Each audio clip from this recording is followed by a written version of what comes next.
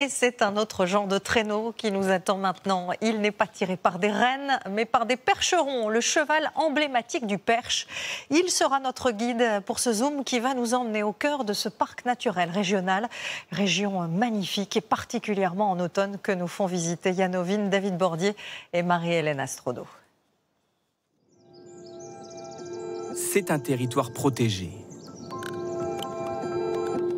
Particulièrement ce matin-là.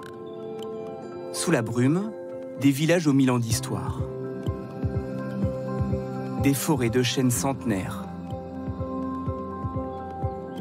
Des manoirs et des châteaux par dizaines.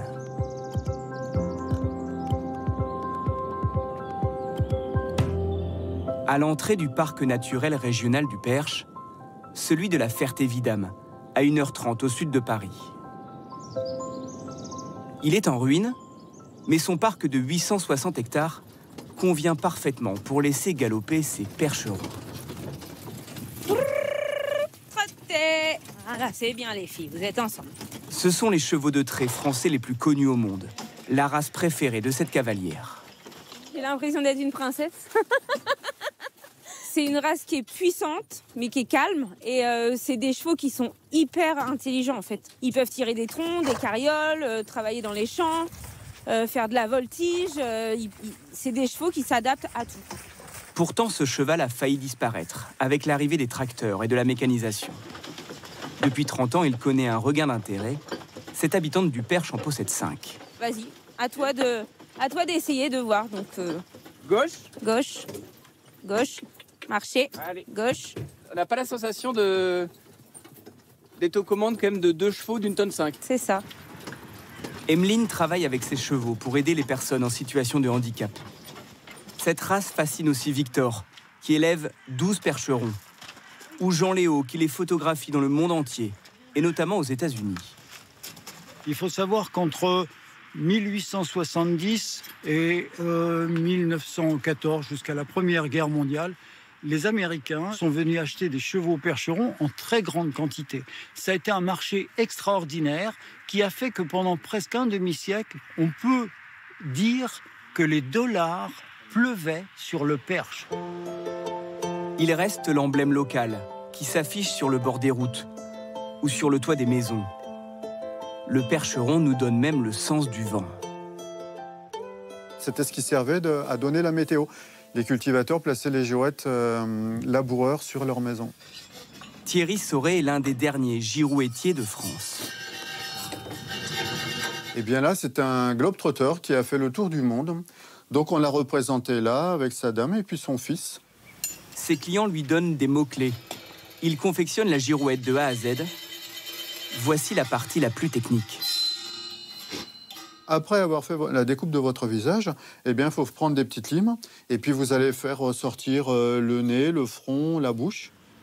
Vérification à la lumière du jour, car Thierry travaille sans électricité, dans le même atelier que son grand-père.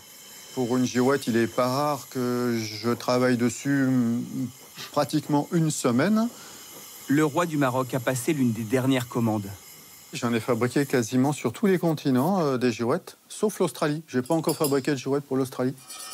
Il les vend entre 300 et 400 euros pièce. Et depuis 30 ans, Thierry Sauret n'a pas connu une semaine sans travailler. Nous décidons de suivre la girouette, direction le sud-ouest du Perche. L'accueil est chaleureux, de village en village, notamment à la Perrière. Cette petite cité de caractère perchée sur une colline, évidemment. Où certains viennent célébrer un anniversaire de rencontre, déguster une confiture maison ou se réchauffer entre 2 balades et une cueillette de champignons. C'est une chanterelle. Eux, en général, ils poussent sur les sapins, les résineux. Et si on lève la tête, effectivement, nous sommes bien sur les résineux. Plus de 500 espèces poussent dans le Perche. Tenez, regardez comme c'est magnifique. Idéal pour un petit cours entre cette ancienne préparatrice en pharmacie et sa petite fille. Toutes les rouges, là, elles sont dans la catégorie des russules dites émétiques, c'est-à-dire qu'elles vont provoquer des vomissements. Bon appétit.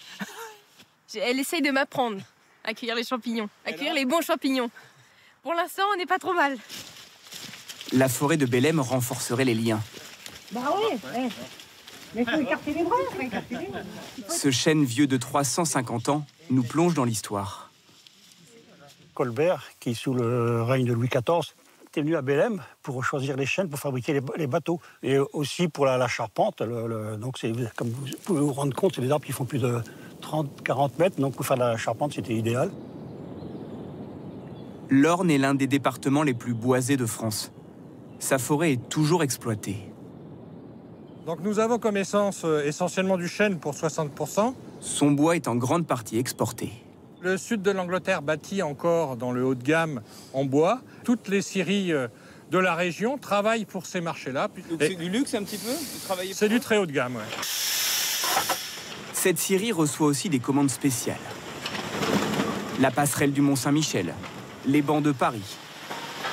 Et surtout, elle fut choisie avec 5 autres usines pour le plus prestigieux des chantiers de ces dernières années.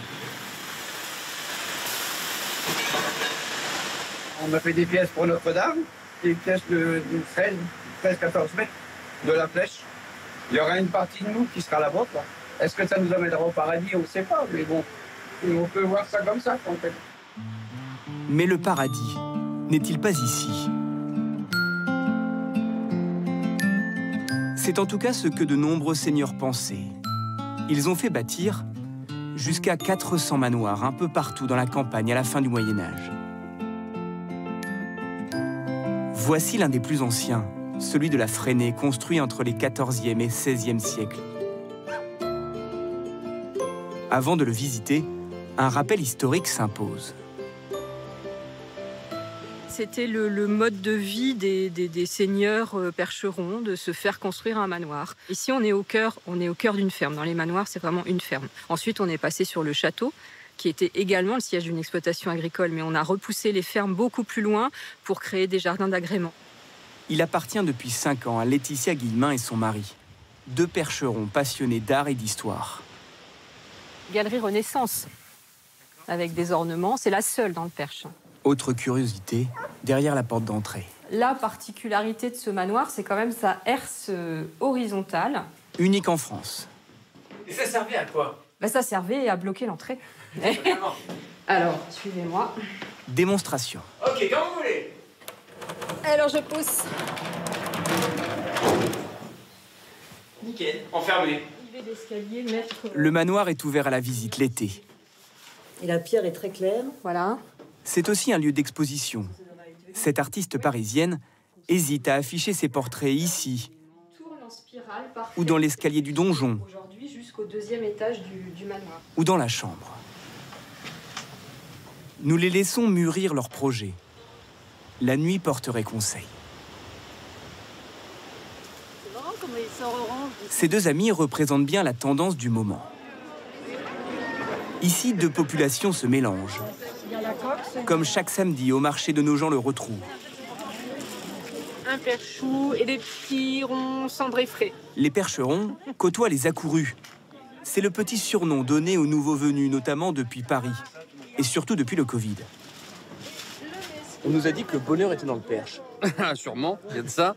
L'authenticité, sûrement. La tranquillité.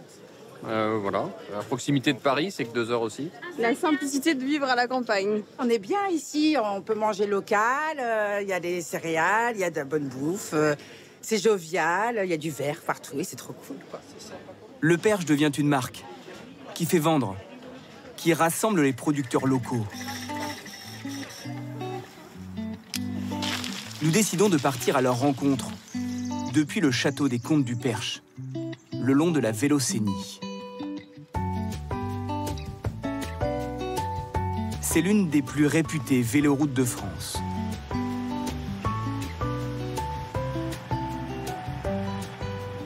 Au milieu du bocage, entre les vergers de pommiers. On est en Normandie ou pas? Bien sûr, on est en Normandie, dans le Perche normand. Et qui dit Normandie, dit cidrerie. C'est un territoire historique de la pomme à cidre. Et c'est un fruit qui se récolte très tard. Donc on va aller jusqu'au 10 décembre, voire 15, 20 décembre pour la récolte et le pressage. Donc ça, C'est vraiment une particularité de notre territoire du Perche. Ces cidriculteurs mélangent des pommes douces, des pommes amères, acidulées. C'est la particularité de l'AOP cidre du Perche. Avant la fermentation, pendant l'hiver. Il faut, sur un cidre en méthode traditionnelle, entre 4 et 6 mois de fermentation. 4 mois, c'est un cidre doux, 6 mois, c'est un cidre brut, voire extra brut. Dégustons un demi-sec. Donc celui-là, c'est de quand? Ça, c'est une récolte 2022. Une deuxième fermentation en bouteille a naturellement provoqué le pétillant.